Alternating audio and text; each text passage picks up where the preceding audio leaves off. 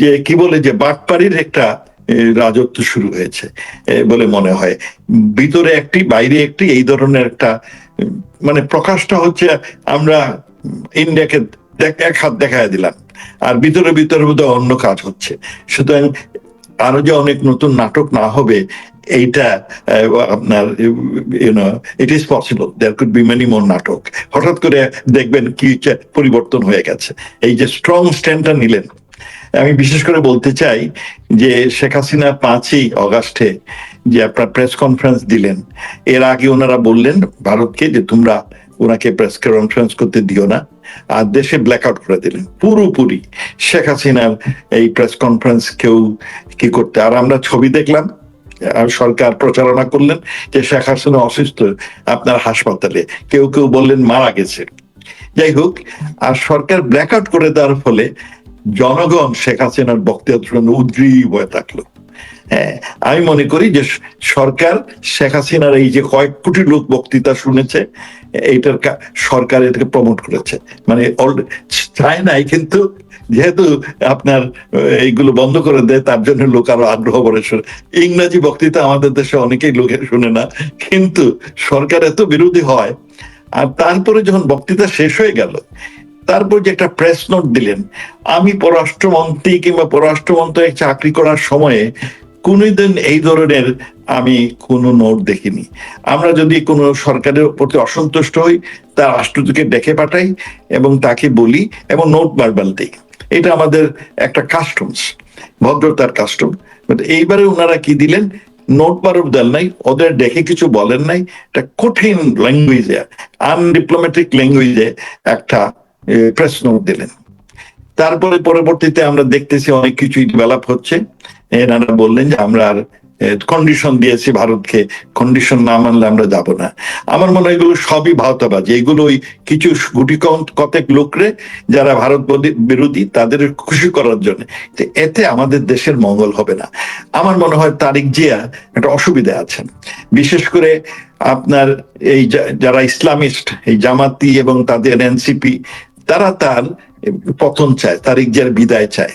বিদায় যাওয়ার জন্য তারা একাধিক পন্থা গ্রহণ, এরা এই যে জামাত এবং এই Jamaat alliance, they are very smart. তারা যে কাজগুলো করছে, ব্যাংকিং সেক্টরকে তারা ইসলামী ব্যাংক ট্যাঙ্ক এগুলো ধ্বংস করে দিয়েছে, এইটা দেউলিয়াপনা। তারপরে এখন দেশে আপনার জ্বালানির অভাব, এইগুলো দিয়ে একটা বিরাট সমস্যা। আর এই সময়ে তারা ভারতের বিরোধিতা করে আপনার তারেক জিয়াকে আপনার এই খালিলুর রহমান সাহেব বললেন যে তারেক জিয়া 2 শর্ত ছাড়া ভারতে যাবেন না, এইসব বললেন টললেন। কিন্তু এইগুলোর ওই উগ্রবাদীদের খুশি করার জন্য, আর উগ্রবাদীরা ওনার তারেক জিয়ার উপরে খাড়া হয়েছে যে এইগুলো করলে পরে ওনার 12টা বাজবে, ওনার অবস্থা খারাপ হবে, ভারতের সাথে খারাপ হস্টিলিটি হলে তিনার অবস্থা খারাপ হবে, তখন তাদের সরকার গঠনের সুযোগ হবে। সুতরাং এটা হচ্ছে গিয়ে জামাত এবং ইসলামিস্ট গ্রুপের একটি উদ্যোগ যে উনি ওখানে ওদের সাথে সম্পর্কটা খারাপ করেন, তাতে আমাদের লাভ, আর উনি বোধহয় ওদের খপ্পরে পড়ে যাচ্ছেন। তবে ইভেনচুয়ালি তারেক জিয়ার মধ্যে নিশ্চয়ই তার দলের মধ্যে কিছু লোক তো আপনার মোর সেইনার প্রকৃতির লোক আছেন, যারা জিনিসটা বুঝেন, তারা হয়তো তখন এই বর্তমানে যে একটা নাটকীয় অবস্থা থেকে উদ্ধার, কারণ ইতিহাসে দেখা যায় এই নাটকীয় কাজ করে কোনো লাভ হয় না। সুতরাং আমার ধারণা যে হয়তো তারিখ যে এত সব বড় বড় বাগাম্বর করার পরেও দেখবেন না হঠাৎ করে উনি আপনার নয়াদিল্লি থেকে উপস্থিত হয়ে গেছেন। I will not be surprise, I will not be surprise. জি, থ্যাংক ইউ। আমি এই জায়গায় আপনি মাঝখানে যেটা বললেন যে বিএনপিরও অনেকে তো সিনিয়র আছেন যারা বোঝেন বিষয়টা। এখন এই জায়গায় একটা অঙ্ক যদি একটু আপনার কাছ থেকে শুনতে চাই, অঙ্কের মিলটা কিভাবে হয় বা হয় কিনা, সেটা হচ্ছে যে আমরা তো সবাই জানি বা এক ধরনের প্রকাশ্য একটা ব্যাপার যে ডক্টর ইউনূসের উপরে যেরকম মার্কিন একটা প্রভাব ছিল, বা এই ইউনূস পুরোটাই মার্কিন বলয়ের একজন মানুষ ছিলেন বা তাদের একজন লোক ছিলেন, একই ধারায় নির্বাচনের মধ্য দিয়ে তারেক রহমান সরকারের উপরে মার্কিন একটা আশীর্বাদ আছে, এটা সবাই জানে। আবার অন্যদিকে ভারতের সঙ্গেও এখন মার্কিন যে সম্পর্ক মাঝখানে যা ছিল এখন তার চেয়ে অনেক বেটার, ভালো একটা রিলেশন আছে, যেটা আবার আমরা দেখলাম ভারতে মার্কিন যুক্তরাষ্ট্রের যে অ্যাম্বাসেডার বা বিশেষ দূত সে আবার বাংলাদেশে গেল, এই যে ত্রিপক্ষীয় একটা বলয়, এই বলয়টার মধ্যেও কি করে, যদি ভারতের সাথে মার্কিন সম্পর্ক এখন ভালোই হয়, সেই অর্থে আবার তারাও যদি তারেক রহমানের সঙ্গে দেখা করে ভারতের সঙ্গে সম্পর্ক উন্নয়নের তাগিদ দেয়, সেই ক্ষেত্রে তারেক রহমান ভিতরের জামাতের বা অন্য কারো চাপে এই ধরনের ভারতে যাওয়া থেকে বিরত থাকবেন, সেটা তাহলে মার্কিন যুক্তরাষ্ট্রই বা কিভাবে নিতে পারে, যদি সত্যি সত্যি তারা চায় যে সম্পর্ক উন্নয়ন হোক ভারত বাংলাদেশে? আপনার, আমার যেটা মনে হচ্ছে যে আপনি ঠিকই বলেছেন যে ইউনূস সাহেব তো আমেরিকার কাছে বাংলাদেশ বিক্রি করলেন, আর সেই খলিল সাহেব এখনো আছেন। আপনার তারিক জিয়াকে ভারত দাওয়াত দিয়েছে ব্রিক্স সম্মেলনে যাওয়ার জন্য। আপনি জানেন যে ব্রিক্সের আমরা তার সদস্য নই, এবং আমরা যখন সরকারে ছিলাম মাননীয় প্রধানমন্ত্রী শেখ হাসিনা তখন জেনেভায় গিয়েছিলেন। জেনেভাতে সাউথ আফ্রিকার প্রেসিডেন্ট, যিনি ব্রিক্সের চেয়ারম্যান ছিলেন, তিনি এসে সাক্ষাৎ করেন এবং শেখ হাসিনাকে ব্রিক্সে জয়েন করার জন্য আহ্বান জানান। তখন শেখ হাসিনা বলেন যে আমি তো নীতিগতভাবে আমার কোনো আপত্তি নাই, আর আমি তো ইতিমধ্যেই আপনার নিউ ডেভেলপমেন্ট ব্যাংকে জয়েন করেছি। আপনার নিউ ডেভেলপমেন্ট ব্যাংক আমাকে প্রায় $70 মিলিয়ন এই বিভিন্ন কন্ডিশনালিটি ছাড়াই আমাকে অনুদান দিচ্ছে। হ্যাঁ, তবে I am agreeable to join BRICS, মোটামুটি উনি ওনাকে বলেছিলেন। এই সময় আপনি আরো জানেন যে যখন আমরা জেনেভায় ছিলাম, তখন আপনার আলজেরিয়া আমাদের রিকোয়েস্ট করে যে তারা ব্রিক্সের 2 বছর আগে পিটিশন করে রেখেছে, তাদের নিচ্ছে না, তোমরা একটু তদবির করো। আমরা তদবির করি, আলজেরিয়াকে তারা ব্রিক্সে নেয়। আমরা ঢাকায় এসে আমরা তখন আমরা ব্রিক্সের অ্যাপ্লাই করিনি কখনো জয়েন করার জন্য। আমরা নেত্রীকে বললাম যে আমরা ব্রিক্সে জয়েন করার আগে আমাদের জয়েন করলে লাভ কিংবা লোকসান কি হবে এইটা একটু বিবেচনা করতে হবে। তা আমরা let us do a proper study. আর আমরা তো ব্যাংকে জয়েন করে ফেলেছি, ব্রিক্স ব্যাংকে, সুতরাং এই অ্যাডভান্টেজটা, বড় অ্যাডভান্টেজটা আমরা নিচ্ছি। এবং ব্রিক্সের মূল উদ্দেশ্য তো যে আপনি জানেন যে তারা ডলারের পরিবর্তে তারা আপনার ব্রিক্স মানে নন ডলার কারেন্সি ইউজ করবে। তা আমরা সেখানে হিসাব করে দেখলাম যে আমাদের প্রধান ব্যবসা হয় চায়না এবং ইন্ডিয়ার সাথে, এবং সেইখানে আমাদের লোকাল কারেন্সিতে আমরা ট্রেড করার জন্য ভারত এবং চায়নার সাথে আমরা একটা বোঝাপড়ায় আসি যে আমরা ইন্ডিয়াতে আমাদের কারেন্সি এবং চায়নাতে তাদের কারেন্সি, আমাদের কারেন্সি এক্সচেঞ্জ করবো, ডলার ইউজ করবো না। হ্যাঁ, কিন্তু যেগুলো, কারণ আমরা তো চায়না থেকে 18 বিলিয়নের জিনিসপত্র কিনি, আর আমাদের 2 বিলিয়নের, 1 বিলিয়নের থেকে কম, 700 মিলিয়ন এরকম আমরা বিক্রি করি। আর ভারতে 16 বিলিয়নের মতো আমরা ট্রেডের মধ্যে আমরা 2 বিলিয়নের কাছাকাছি ইন্ডিয়াকে বিক্রি করি। শুধু আমাদের বাকি টাকা তো ডলারে দিতে হবে এবং তখন কিনে দিতে হবে। শুধু আমরা এটা একটু চিন্তা করতে হবে। আর সেকেন্ডলি যেটা হচ্ছে, ব্রিক্সের সদস্য কারা? যখন নতুন, আগে 5 জন সদস্য ছিল, তারপরে নতুন সদস্য হলো কারা? Venezuela, Iran. হ্যাঁ, তো এগুলো তো মার্কিনের একেবারে শত্রু। তা আমরা বললাম যে এই যে শত্রু, এইটা আমরা আমাদের নির্বাচনের পরে আমরা ডিসিশন নেব। তখন আমাদের বলা হলো যে সৌদি আরব আর ইউএই তো জয়েন করেছে, তো ওইগুলো সামনে রেখেছে, কিন্তু বাকি আপনার সাউথ আফ্রিকা বলেন, রাশিয়া বলেন, চায়না বলেন, এরা তো কেউই আপনার আমেরিকার বড় বন্ধু না। তা আমরা এই জন্য একটু ডিলে করতেছিলাম, হ্যাঁ, যে আমরা we will do it but in that নাও।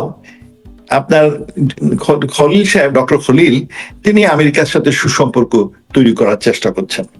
এখন উনি হয়তো তারিক জিয়াকে বুঝিয়েছেন যে আমরা যদি ব্রিক্স সম্মেলনে যাই আমেরিকান অসন্তুষ্ট হবে, সেই জন্য আমরা এই রিস্কটা না নেওয়া বোধহয় ভালো।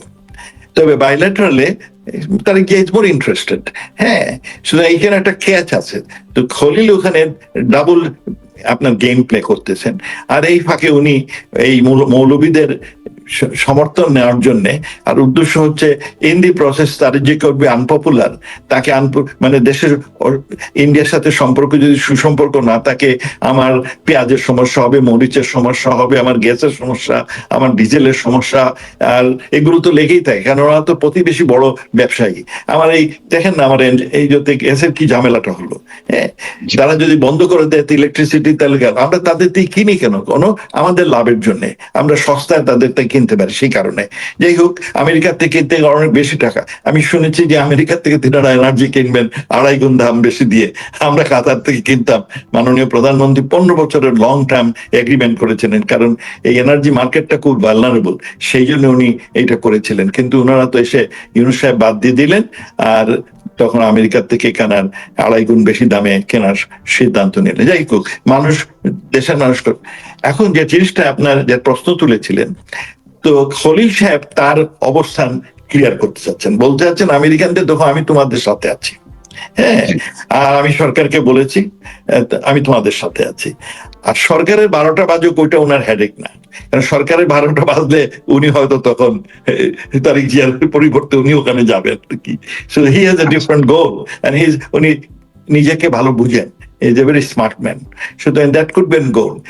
তবে আপনার তারিক জিয়ার এবং তার দলের জন্য দরকার হবে ভারতের সাথে সুসম্পর্ক, প্রতিবেশীর সাথে, এত বড় প্রতিবেশীর সাথে, যার সাথে আমাদের ব্যবসা বাণিজ্য অত্যন্ত বেশি, যেখানে আমার প্রায় লক্ষ লক্ষ লোক আপনার অসুখ হলে পরে ওখানে যায়, সস্তায় এবং সহজে ভালো ট্রিটমেন্ট হয়, সেই জন্য ওটাকে আমরা অস্বীকার করতে পারতেছি না।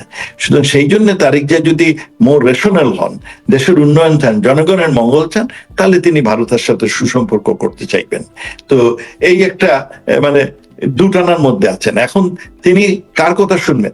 তার দলের আবার আরেকটি হচ্ছে, তার দলের সবসময় তারা প্রো চাইনিজ।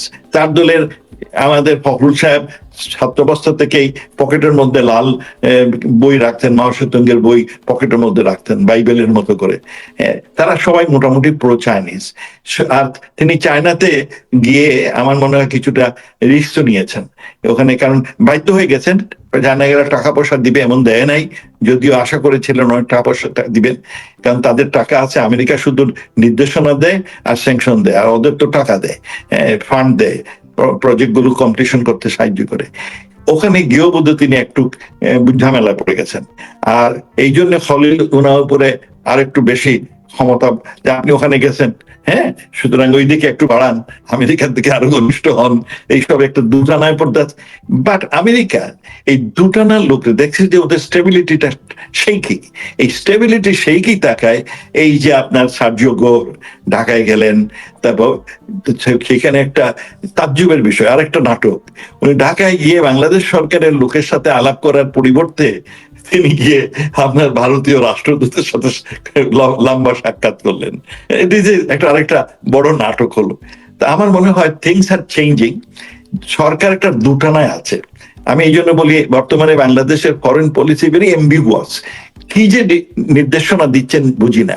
একে বলতেছেন আমেরিকার আমরা গোলাম, আবার ওইদিকে চায়নার কাছে গিয়ে দন্না দিচ্ছেন, তাকে তিস্তা বড় বড় প্রজেক্ট দিচ্ছেন, পোর্ট দিয়ে দিচ্ছেন। এই যে একটা ঠিক বোঝা যাচ্ছে না, ওনারা ভাবছেন দুজনকে ওনারা ঠকাবেন, কিন্তু আমেরিকা ঠকানোর দেশ না, চায়না ররাজনীতি না। দুটার মধ্যে পড়ে আমরা দুটানায় আমরা ঝামেলায় পড়ে কিনা। আমরা যখন সরকার ছিলাম, we have a very clear transparent foreign policy, সবার সাথে বন্ধুত্ব, কারোর সাথে বৈরিতা নাই, আর ব্যালেন্স ফরেন পলিসি আমরা মেনটেন করেছিলাম। এখন এনারা একবার একটু বেশি দূরে যাচ্ছেন, আমার তো ভয় হয় এর ফলে দেশের মানুষ সাফার করবে। আরেকটা দিক এখানে বলি, ওনারা যেমন আপনার টার্কির সাথে গিয়ে খিলাফত করার চেষ্টা করছেন। আমরা ওআইসি এবং টার্কির সাথে আমরা একটা ব্যালেন্স পলিসি করেছিলাম, কারণ আমাদের প্রায় 42 লক্ষ বাঙালি যা কাজ করে ইউএই, কাতার, ওমান, সৌদি আরবিয়া প্রায় 28 লক্ষ লোক। এই যে লোকগুলো কাজ করে, আর ওদের যদি আমি বেশি বেশি যদি আমি টার্কির পথে চলে যাই কিংবা ইরানের পথে চলে যাই, তাহলে আমার এরা রাগ করতে পারে। ইতিমধ্যে ইউএই কোনো ভিসা দিচ্ছে না। আমি এগুলো আমরা চিন্তা করে আমরা we maintain a very fine balancing policy even with the OIC and Turkey and China. এনারা এক পেশা হয়ে গেলে পরে তখন আমার ভয় হয়।